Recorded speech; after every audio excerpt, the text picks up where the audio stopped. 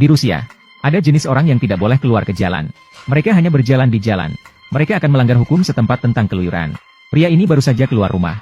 Dia langsung dihentikan dan diremehkan oleh polisi setempat. Kemudian mereka bertanya apa yang disembunyikan di dalam bajunya. Pria itu tampil dengan percaya diri. Dia menunjukkan senjata pahlawan dengan 499 poin. Pisau militer Nepal. Polisi langsung panik ketika melihat ini. Mereka langsung menjadi tegang. Mereka segera mengambil senjata mereka dan bersiap-siap. Setelah pria itu menyerahkan pisau tersebut, mereka langsung memasangkan borgol ke tangannya. Lalu dua polisi kecil melihat sekeliling yang sepi. Mereka mengeluarkan tongkat polisi dan menyerang. Tanpa mereka sadari, pria ini tidak biasa. Pria ini dengan tenang menghindari dua serangan dan menangkap mereka. Dia membuat polisi berwajah besar itu merasa malu. Sampai salah satu dari mereka mengeluarkan senjata lagi. Pria ini bersiap-siap untuk pergi ke kantor polisi dengan mereka. Tapi tepat sebelum dia naik ke mobil, wajah besar masih memukulnya dengan tongkat. Dan tongkat ini seperti memukul tembok beton yang kuat. Pria itu tidak bergerak sedikit pun. Dan dengan acuh tak acuh, dia menoleh dan melihat wajah besar. Dengan cepat, pria itu dibawa kembali ke kantor polisi. Dua anak buah menutupnya di dalam kandang besi. Pria itu baru saja duduk. Kemudian seorang kepala kecil masuk. Kepala kecil membuka pintu dan masuk.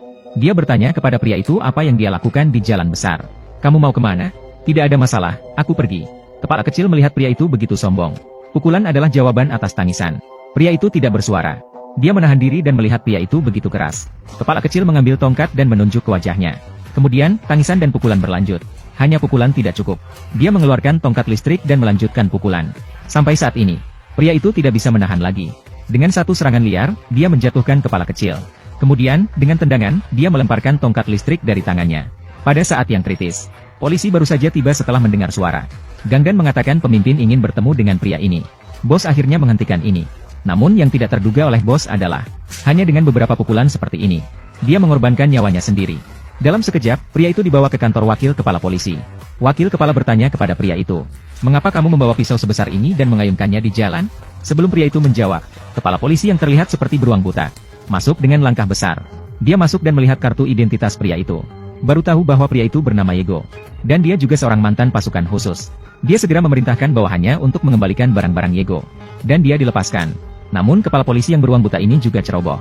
Dia langsung mendengarkan MP3 milik Yego. Tanpa disadari, itu hanya sebuah MP3 kecil. Akan membuat kepala polisi ini kehilangan nyawanya. Pria ini masuk ke kantor polisi kepala. Tapi tanpa sengaja menemukan kepala biro sedang bermain game. Pria itu berbalik dan melihat mata wanita itu memohon bantuan. Dia tidak menghiraukannya. Dia hanya dengan tenang mengatakan bahwa dia kembali untuk mengambil MP3. Kepala biro yang kehilangan kesabaran melihat gerakan Yege yang lambat. Tidak ada tanda-tanda ingin pergi. Dia langsung pergi ke depan Yege. Mengancamnya untuk segera pergi. Atau dia akan bertanggung jawab atas konsekuensinya sendiri. Setelah berkata begitu, dia ingin langsung bertindak. Tidak disangka Yege tiba-tiba menyerang.